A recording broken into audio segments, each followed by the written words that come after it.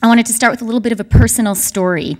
I was thinking about how longer ago than I now like to admit, when I was a kid growing up in Peace River in northern Alberta, my dad had a special technique for waking my mother's youngest brother who worked on the farm and really did not like to get up in the morning. And what he would do is he would stand outside his bedroom and he would shout, "Bogdane, Bogdane, you have to get up. There's a revolution in the Central Asian republics. It has spread to Moscow. It's spread to the streets of Kiev. Wake up, wake up." And Bogdan, who had gone to Ukrainian school and grown up in this sort of, passionate Ukrainian Canadian prairie community, would leap out of bed, turn on the radio, and, try to get news of this rebellion. What was particularly hilarious for my dad about this, apart from the fact that it got my uncle out of bed, he was, 16 or 17 at the time, was it seemed really ridiculous to him, right? The idea that there would actually be a revolution in the Soviet Union was just the kind of crazy thing that his crazy old Ukrainian in-laws kind of thought would happen. And, that kind of seemed right to me. And, then as you've heard, I went to Harvard, and one of the things I studied was Soviet studies. And sure enough, my extremely smart, extremely eminent professors, they also thought the Soviet Union would never fall apart, and this kind of deep-seated emotional view of our community that it would seemed kind of crazy. Then I found myself as a stringer in Ukraine in August 1991. And I was at the Ukrainian parliament when the first president, George Bush, addressed the Ukrainian parliamentarians, and he said, "You know what, guys? The Soviet Union really is not going to fall apart, and you shouldn't try to make it fall apart. It's not a good idea." Within 3 weeks, it had fallen apart, and that same group of parliamentarians had declared independence. For me, that was a very humbling moment, exhilarating in some ways, but humbling because it turned out that my grandparents, towards whom I had the attitude that I think, that first native-born immigrant generation often has towards the older people in the community, which was, loving, but a little bit superior, right? They didn't speak English that well. I went to Harvard, I was a Rhodes Scholar, I sort of knew how the world worked, and so did my professors, but they turned out to be right. And the expert class, into which I was trying to join, we turned out to be wrong. I've been thinking about that a lot recently for obvious reasons. I think the events in North Africa have been another moment when we have seen the expert class turn out to be unprepared and to be wrong. And, just to give you a few examples, the IMF, they should know what they're talking about. In April of last year, they issued a report on Egypt, which praised the country's, quote, sustained and wide-ranging reforms since 2004. And they noted that thanks to those excellent economic reforms, the country was now more durable and less vulnerable to external shocks. You'll remember Leon Panetta, the CIA director who actually had that horrible experience of speaking to Congress and saying, for sure Mubarak is going to go today. And he didn't. Moving on to Libya, a couple of years ago, I had this sort of slightly surreal experience of within 72 hours dining twice with Saif Gaddafi. Because he was doing a tour of, the fancy dining rooms of New York. One was overlooking Central Park West. The other one was in 740 Park, which is considered to be the fanciest building in New York. And he was basically being courted by the rich. I won't name the people because that would be rude and indiscreet, but by, the rich hedge fund barons who wanted that $70 billion Libyan sovereign wealth fund to be invested in their funds. That was just 2 years ago. And these guys thought that he was the kind of person you could do business with. Likewise, the LSE's Howard Davies. So he wasn't the only one wrong-footed by the events there. And closer to my own profession, the 2008 financial crisis certainly wrong-footed so many of the experts, both people like business journalists who should have been a little more skeptical and seen it coming, but also the investors themselves. So why these reflections? because I've been thinking about how hard it is for us as human beings, and particularly expert human beings, to adjust to big paradigm shifts, to see them coming, and then even after they have come, to change our behaviors. The paradigm I want to talk about today is foreign policy, and the way in which I think that foreign policy needs to reorient itself to adjust to what I think is the new challenge. And that new challenge is to put the economy at the heart of our foreign policy thinking. I'm not the first person to make this argument. Some of America's savviest wise men are already making it. If you saw in the December issue of Foreign Affairs, there were a couple of essays making the case that economics had to be more central to foreign policy thinking. But I think they didn't go far enough. Their arguments there were essentially, there was a piece by Leslie Gelb and by Richard Haas and Roger Altman, and their arguments essentially were, the Altman and Haas piece was, look, because America has a big budget deficit, it can't be as effective in foreign policy. The Leslie Gelb argument was, the main job of our foreign policy has to be to grow our GDP.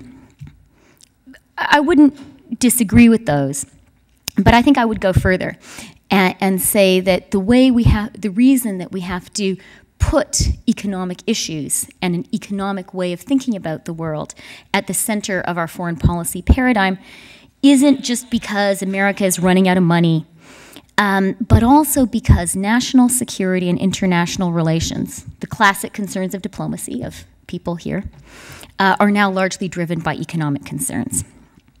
For much of the last century, it was the Cold War that was the defining framework of international relations.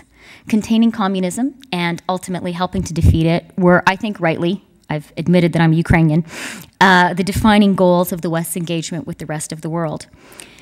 In the triumphal aftermath of the end of the Cold War, the tempting and obvious next step for many Western countries was to shape foreign policy around an agenda of bringing democracy or free markets or some combination of both to the rest of the world. And I spoke with some diplomats here earlier who were in Russia while I was there.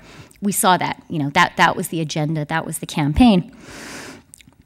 Then you had 9/11, and for many, especially George Bush and Tony Blair, although knowing where I am, I have to point out, Jean Chrétien didn't fall for it.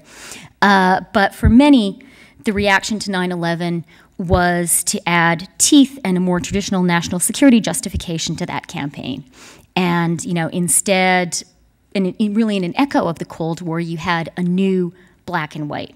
It was us versus the Islamic extremists. And actually, Daniel Pipes, the son of one of my Harvard professors, Richard Pipes, who was one of the great people who formulated the Cold War foreign policy approach, Daniel Pipes wrote some really influential and I thought smart pieces about how we needed to shift that paradigm to be versus the Islamic threat. Nearly a decade later, though, I think the threat posed by what, at an extreme you had people calling Islamofascism seems a lot less all-encompassing. And the responses, wars in Iraq and Afghanistan, imperfect, even in the view of many of their supporters. Meanwhile, my argument tonight is that a new defining international issue for America and for everybody else is this: how do we organize the world economy? This has been a rising concern since the collapse of communism and the subsequent adoption of some version of capitalism by almost all of the Western world. But for me, it was the meltdown of 2008, which moved the challenges of the global economy from being a concern of Wall Street or of Bay Street or of the City of London to a concern of the foreign ministries around the world. The financial crisis showed us that globalization is not only an engine for international economic growth, but a source of grave and really global risks. Healing the global economy, I think, is now the world's most urgent priority, and it's not a job that can be done on the national level. Nuclear weapons were the dominant concern of the Cold War. Fighting actual wars was the dominant concern of the post-9/11 era. Today, the most important mission of foreign ministers and heads of states is figuring out how to rebalance the world economy and fight the protectionist impulses, which are inevitable reaction to the recession. Here's why I think that's so vital and also so difficult. The revolutions in Eastern Europe and the former Soviet Union that I reported on 20 years ago didn't just oust particular economic regimes. They were the defeat of an idea about how economies should be organized. Nowadays, we are all capitalists and global traders of one sort or another. And that's not just true of the former Warsaw Pact. It's true also of China, which crushed its own revolution in 1989, but also of India, which never adopted the political restrictions of orthodox communism, but was once pretty gung-ho about central planning. If you talk to Indian economists nowadays of a certain generation, it's really fun because they'll tell you about beginning their careers in the Ministry of Central Planning and getting training from the Russians on how to do a nationwide central plan. You know, they really believe that, and that's been a really big shift. The thing is, though, that global capitalism is a very broad church. I think that's great if you believe in heterogeneity and pluralism and experimentation, which I do. But as more and more of everyone's economy goes global, not having an agreed set of rules, let alone designated umpires, makes it hard to keep the game going. I was on a panel in Washington maybe a couple of months ago now, with a guy called Ron Bloom, who has had an interesting career. First, he was a Wall Street lawyer. Then he worked for the Detroit unions, and now he's an assistant to Barack Obama for manufacturing policy. And he was talking very passionately about China. And his big point was that the Chinese were playing the world economic game with one set of rules, and the Americans were playing with another set of rules. He was careful to say, you know, I'm not saying our rules are better than their rules. And interestingly, nowadays, you hear lots of Americans suggesting that maybe other people are as good or better at running their economies as the Americans are. But he did say that having these two different sets of rules operating at the same time was, he thought, the biggest challenge that the White House faces. Of course, figuring out a framework for the world economy isn't a novel challenge. That's what the Bretton Woods agreements were about. That's what the Plaza Accords more recently were about. The European Union started as an economic pact, and with the European coal and steel community. And organizing economic relations between the European states remains, I think, the central job of the EU. But what I think is new is that virtually every country in the world today is in some way capitalist. And ironically, that makes it harder to figure out what the system under which we should all operate is. Not only are there more and more varied players at the table, but in contrast with Bretton Woods, the ability of a single superpower to dictate the rules for everybody else is much diminished. The stakes are high. The 2008 financial crisis is the most recent example of what can happen when the global economy gets out of balance and the rules of international finance don't work. For some of the countries in the industrialized West on the wrong side of those capital flows, the domestic consequences were more devastating than any world event since the Second World War. Think about Iceland, think about Ireland, think about Greece. The upside, I think, is really important also. Devising an effective international economic order and achieving our country's best possible place in it is surely the best route to national prosperity. And I think it's a powerful way to satisfy the more traditional demands of a national security agenda. If the global economy is working, surely we will have less reason to go to war with each other. Clearly, developing a foreign policy paradigm focused on the global economy is a huge project, and it is far beyond the scope of my remarks tonight. But what I think I can do is sketch out a few things. So I'm going to talk about the three big areas that I think an economic way of thinking about foreign policy needs to consider. Then I'm going to talk about two powerful cross currents, two things that I think are going to make this project more difficult. And then will be the modest part of my talk where I talk about what it can't do and what the other big issues are left on the table. That's trying to diffuse your criticisms in advance. So starting with what I think are the three big issues, and just to flag them, they're going to be the movement of money, the movement of goods, and the movement of people. Starting with the movement of money. So global capital flows. That used to be the province of either geeky accountants or plutocratic hedge fund chiefs. They didn't really matter for foreign policy unless you were a really poor country that could be totally knocked off course by the inflow of hot inflow or outflow of hot foreign money. But in this respect, 2008 was a great equalizer because rich countries discovered that global contagion of global financial crises wasn't just for the emerging markets. It was for rich Western countries too. Look again at Ireland or Iceland. Even here, in the land of virtuous bankers and omniscient regulators, I think maybe those guys are our new Mounties, the global crisis packed a powerful and unpleasant punch. To talk about managing the movement of money in a global and digital economy clearly is a huge issue. And I'm going to just talk about some areas we need to think about and divide it into two categories. One is the government's money, and the second is private money. So, starting with the government's money. If you're unconvinced by my argument that geoeconomics needs to become a central concern on foreign policy, think about the political and diplomatic consequences of what states do with their own money, and maybe you'll be persuaded. Consider two of the most contentious issues in international relations over the past year, at least prior to the Jasmine Revolution, were China's exchange rate and the US central bank's policy of quantitative easing. These days, the Chinese exchange rate in the US, where I live, is actually a hot subject for political discussion. And I'm speaking here among Canadians, so I'll admit that we may be somewhat disdainful of the level of political discourse on American TV in Middle America, all that sort of stuff. I share that disdain somewhat myself. One of the things that was striking for me about the midterms was the extent to which really specific issues in Chinese economic policy were a subject of some of those congressional races. Now, I'm not saying that the dialogue around them was particularly sophisticated, but the number of ads around China and around actually Chinese monetary policy was really tremendous. People are really thinking about it in the American heartland.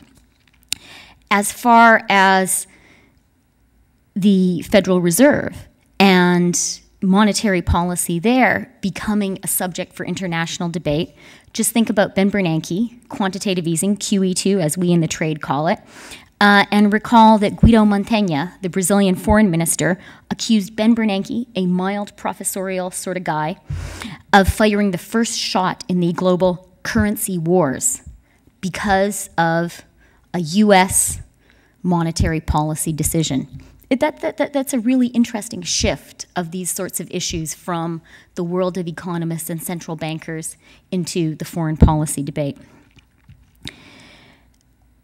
There are other ways that governments' control of their money becomes a foreign policy issue. If you're a rich country, and particularly a commodity-rich country or a powerful exporter, your central bank has lots of reserves, and maybe you have a big sovereign wealth fund, as Saif Gaddafi, for example, controlled. And the movement of that money becomes, weapon is maybe too heated a term, but certainly a tool for foreign policy for many of these countries that have big sovereign wealth funds, big currency reserves. Of course, governments don't control just their own money. There's also private money, and that's money that governments tax and regulate. Financial regulation is the main way that governments control the flow of private money. But more and more, I think the discourse is becoming more and more open to overt government control of private money. And I'll cite for you the example of capital controls. Again, I think during that period of the Washington Consensus, there was a sense that capital controls were something that bad, unenlightened countries did. And as they sort of rose to a higher level of American capitalism, they wouldn't do it. But actually, they're coming back into vogue. On Monday, I interviewed John Lipsky, the deputy head of the IMF. He's a former vice chairman of JP Morgan, very sort of serious mainstream economist guy. And he said to me, there could be cases in which temporary capital controls might be necessary and useful. He said it through sort of, bared teeth. He wasn't thrilled about it, but it's the new orthodoxy at the IMF. He had to say it. And, the Brazilians are doing it, and they have the blessing of Dominic Strauss-Kahn. The 2008 financial crisis is, of course, the obvious illustration of the ways in which government's control or lack of control over private money can have a global effect.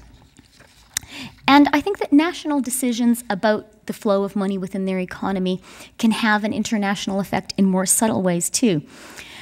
My favorite example is what I think was one of the really important and maybe insufficiently remarked upon drivers of the 2008 crisis, which was this regulatory race to the bottom. I remember it because, to my shame, I wrote some of those stories, and certainly I edited them. But there was really a prevailing view in the first decade of this century that there was a real competition between London and New York over who's going to be the global financial center.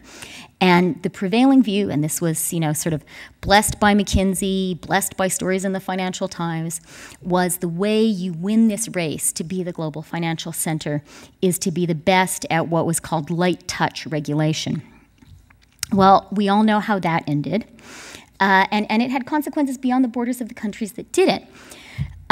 As an aside, I think it would be funny if it weren't so painful to note that nowadays when people talk about what is the rising financial center, what is going to be the dominant one in 20, 30, or 40 years, a city I hear often mentioned is Shanghai, which has many virtues, but those don't include being controlled by a government disinclined to meddle in the economy.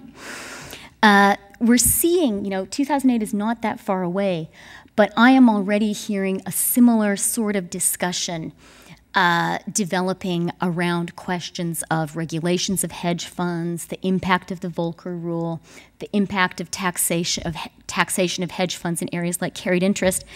And already a lot you hear the argument being made, well, you, country X, can't do this because if you do, you will lose this business to another country. So that, to me, is a way in which the national debates really can have an impact on other countries and also, again, as we saw in 2008, have a real impact on the global system.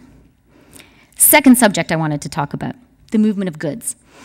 This is a much more familiar foreign policy concern, and it's one that generations of economists have explored, that has been regulated by extensive national laws, treaties. We have global institutions like the WTO to manage it. I'd like to just mention three important new twists that I think we're seeing because of globalization. The first is the power, I'll tell you what the three are first. They are the power of export-led growth, the importance of ideas in international trade, and the voracious appetite for commodities as more poor people become middle class. I'd like to start with export-led growth because I think this is a really big issue and one which we think about too much in a national framework and forget the international implications.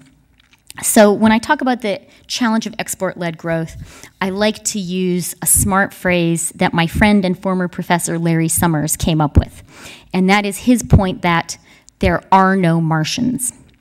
Here's what he means. We've seen that export-led growth is a fantastic strategy for individual countries. It's worked really well for the Chinese, and they are just the latest Asian country to rise out of poverty through an export-led growth strategy. But it works for Western industrialized countries too. I mean, look at Germany, which I would say is one of the most successful Western economies right now, pursuing aggressively an export-led growth strategy.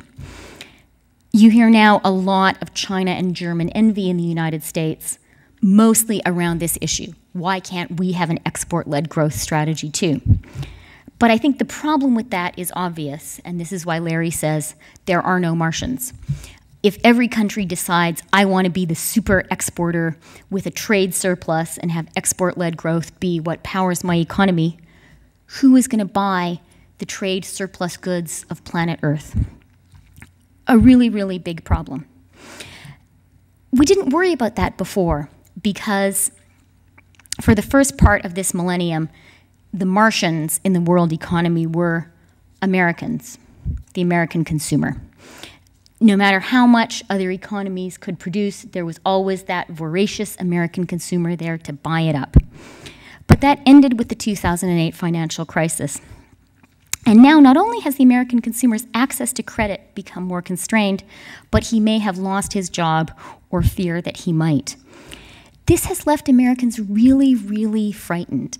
I was on an ABC talk show last weekend, Christiane Amanpour's show, and the segment they had us discuss was actually a really clever one done by one of their reporters, where he went to the home of an American family, and he said, I want to do an experiment with you guys. I want to take everything out of your house that wasn't made in America. And so sort of hilariously, they went through the whole house, and was this made in America, was that made in America? The classic thing of, American flag produced in Taiwan, that sort of stuff. Anyway, they did the experiment. The only things left in the house after this were literally the kitchen sink and a vase with flowers. It was otherwise empty.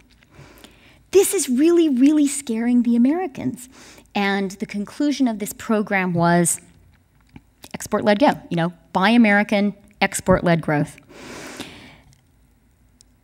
At the level of actual policy of what I want to call geoeconomics, the no Martians problem hasn't, at least not yet, translated into a significant protectionist drive.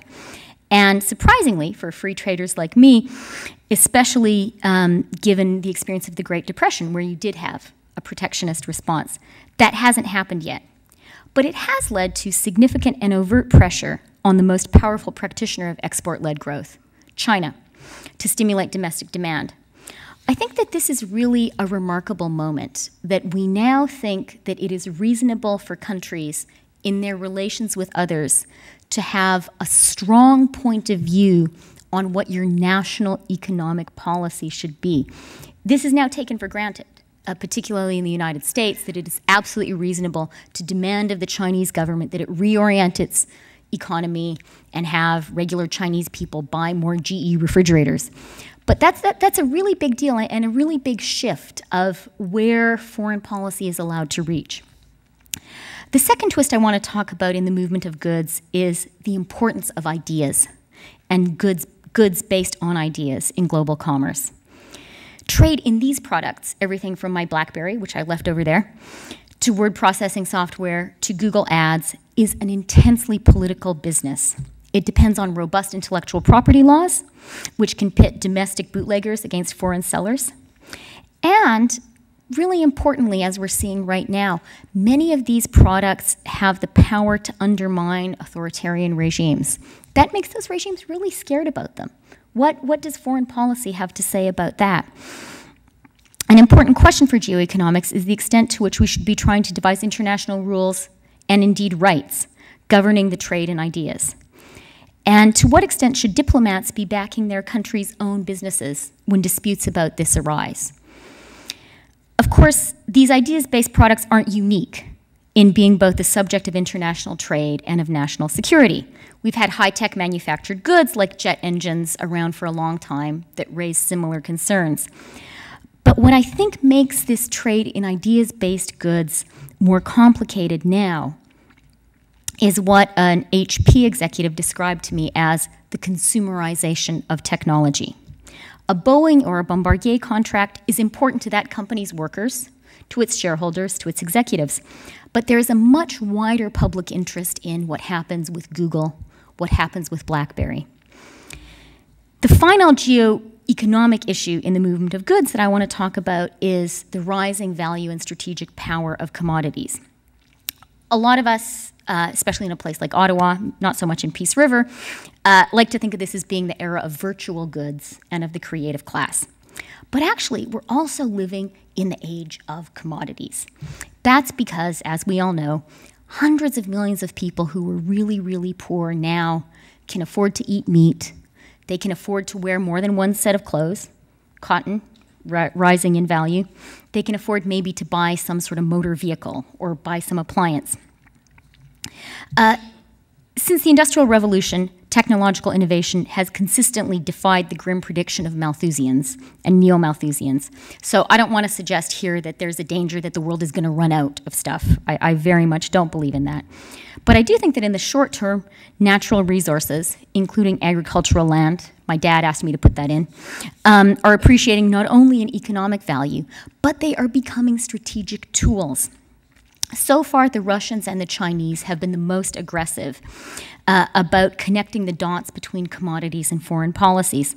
For Western Europe, and even for Ukrainians, Gazprom often seems a more threatening arm of the Russian state than its military does.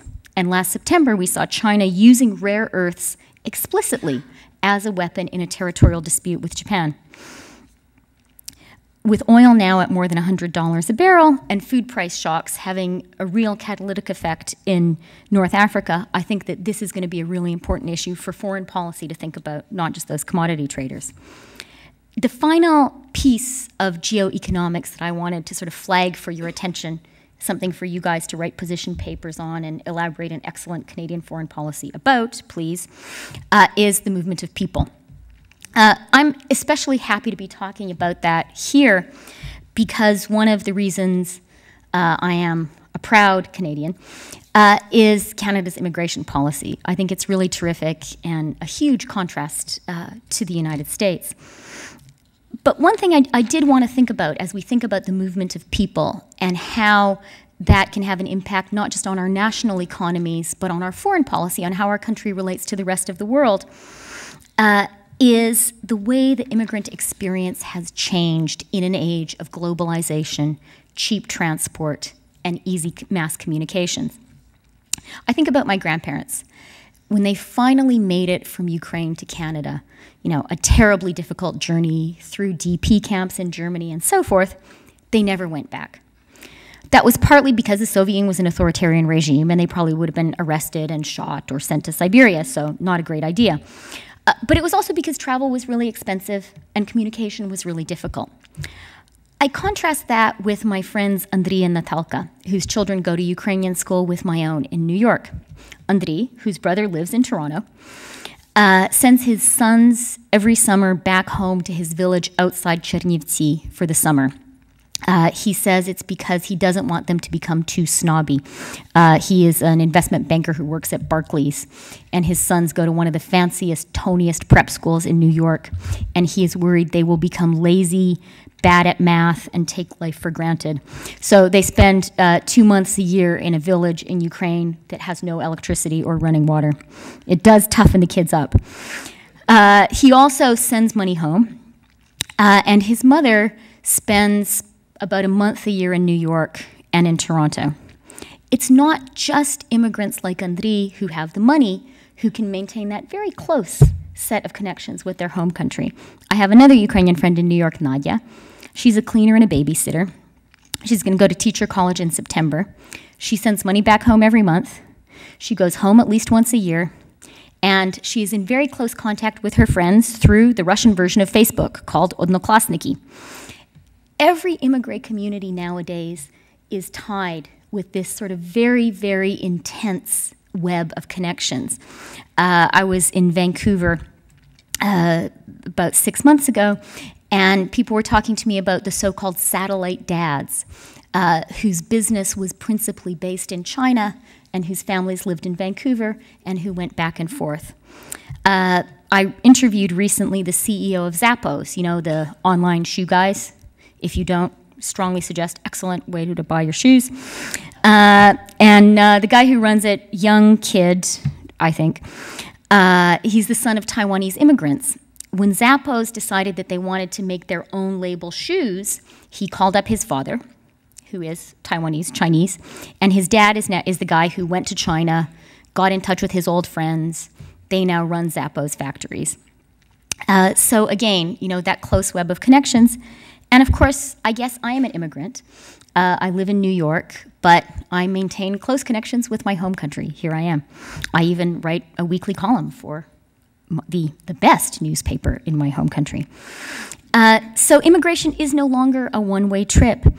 And that's important for a geoeconomic approach to foreign policy to understand, because it's an opportunity, but it's also a threat. You know, again, given where I am, I don't think I need to lean too heavily on the way that it's an opportunity and the way that having immigrants in your country who are rooted really in your own country but have great ties in some of these fast-growing emerging markets surely has to be an economic advantage. I need to wrap up, so 5 minutes, I'll start talking really fast. Thank you, Hector. But governments are scared of it too. So think about Egypt. Will Gnoming, the Google executive who played such an important role in the Egyptian revolution, he lives in Dubai. And his boss, who actually is a friend of mine, is an Irish woman who lives in Mountain View, California. Mohammed al-Baradei, another important figure in the Egyptian revolution, spends most of his time in Vienna. An economically focused approach to foreign affairs means that we have to understand that immigration policy isn't just a domestic issue, but it's an important part of how our country is connected to the rest of the world. Countries, I think, that get this right will be plugged into the rest of the world at an organic level that hundreds of trade delegations could never achieve. But in exchange, we're going to need to embrace an expansive notion of citizenship and national belonging that some will find culturally threatening. I'm going to try not to mention Peter King and his investigation into the American Muslim communities too much, although I think it's shocking and horrible. That was my editorializing. So those are the three big areas I think we have to think about. I'm now quickly going to mention the two important and complicating cross currents. The first, and I think that this is a really huge issue in and of itself, is that business is global, even as politics remains national. Remember Charlie Wilson and his much maligned comment about what was good for GM was good for America. It just isn't true anymore, and I am not speaking out of some sort of, malign vision of the goal of the big multinationals in the world, but they operate in a truly global universe. So think about companies like RIM or my own Thomson Reuters. They're proudly Canadian, but their fortunes don't depend very much at all on how Canada does. It's even happening for the big American companies, and this is really shocking for them because America is a really big place, and for a really long time, you could be extremely successful in business and really only care about the United States. It's not true anymore. And I'm going to read you a quote from Jeff Immelt, the CEO of GE, that for me illustrated the shift and also how surprising it was for him. Less surprising, I think, for those of us who come from a smaller place. So here's what Immelt said to me when I interviewed him a couple weeks ago. I came to GE in 1982. For the first 20 years, the American consumer was the definitive driver of the global economy. Now, part of that was false, right? Part of it was credit that they shouldn't have had and houses that probably shouldn't have been built. But that was the fact. So now, well, the American consumer will always be important, but for the next 25 years, it's probably not going to be the engine of global growth. It's going to be the billion people joining the middle class in Asia. It's going to be what resource-rich countries do with their newfound wealth. That's the game. So Immelt, advisor to President Obama, as American as you can possibly be, and his horizon is very much not America anymore. And it's not just business which is global, it's the businessmen, it's the business leaders. And again, I'm just going to quickly read you one quote because I like it so much, from a guy called Glenn Hutchins. He's the co-founder of Silver Lake, which is a private equity group. And he was talking to me about the way in which the business elites now have more in common with each other than they do with their neighbors. So here's what he said. A person who runs a big African bank and went to Harvard might have more in common with me than he does with his neighbors. And I could well share more overlapping concerns and experiences with him than I do with my own neighbors. Beijing has a lot in common with New York, London, or Mumbai. You see the same people, you eat in the same restaurants, you stay in the same hotels. What I find so amazing about that is actually, I don't think Beijing has that much in common with New York or London. But for someone like Glenn Hutchins, the life is almost identical. They all stay in exactly the same hotels.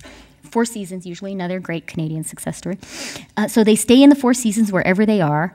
They sort of even have the same shampoo and toothpaste. They don't really notice. And then they go to the hotel restaurant, and it's the same person that they would see in New York. I had breakfast at the Four Seasons the other day with Dominic Barton, Canadian guy, runs McKinsey. And he was seeing Steve Schwartzman, who runs Blackstone, that afternoon, and he said, I haven't seen Steve since I ran into him in Shanghai 2 months ago. So that's what they do. And that is a complicating factor when you're trying, when you're sitting in Ottawa trying to formulate foreign policy, if your business class is operating really at this transnational level. The second cross-current that I want to mention, I've alluded to already, and that is that in this world of the globalized economy, deciding what is strictly the national interest, what we can interfere with in the affairs of our neighbors, and what we can't becomes harder and harder. And I've already given an example of that Chinese domestic demand we now consider a legitimate subject of international discourse. Final conclusion. I know I've run out of time, Hector, but it's just 2 minutes. So I've addressed or raised a really big question tonight and suggested that foreign policy needs to make, I wouldn't call it a 180-degree shift, but maybe 60 degrees towards really putting economic concerns in the center. I don't want you to think I'm crazy. So defensively, I want to point out there are, of course, very important foreign policy issues that are not in the economic realm. They still exist. Let me mention a few of them. The environment, of course. There are, of course, still classic and very dangerous military threats, and these are still really nuclear, North Korea, Iran. And I want to specify human rights, because I think too often the think about the economy and foreign policy camp tends to dismiss human rights concerns, and I think that can be a real mistake, even actually undermining your effort to have an economically driven foreign policy, as we are seeing with what is now very visibly the mistaken backing of dictators who we thought guaranteed economic stability. Those dictators may not be as economically beneficial for other countries as you had thought. Having said all of that, I want to also say that, and my concluding story, an economic way of thinking about foreign policy might actually not be as foreign as you think. And so I want to conclude by saying what I think is, and I hope the foreign policy mandarins here will forgive me for this, the biggest triumph of Canadian foreign policy in the past decade. And that, in my view, is conservative banking regulation. So you probably don't think of that as foreign policy. It's the province of the Ministry of Finance and OSFI and the Bank of Canada. And it didn't really have much to do with Canada's role in the global economy. It was about leverage limits and capital requirements for this country's own banks. But I think it was actually foreign policy of the most important sort. It was a big and contrarian decision about what Canada would do in the global economy. I think it took some courage. And at the time, we journalists mocked the people who took those decisions. I think Eric Regoli will never live down his story about how RBC should have been more like RBS, Royal Bank of Canada should be more like Royal Bank of Scotland. Because remember, those guys, they seemed so great. They were global behemoths, and these Bay Street guys were so boring and so Canadian. But of course, that turned out to be really a brilliant decision. And if you think about the job of foreign policy being protecting your country from external threats, then that decision to not have a Canadian seat at the casino of international finance was probably the smartest and most important foreign policy decision of recent years. Thank you very much.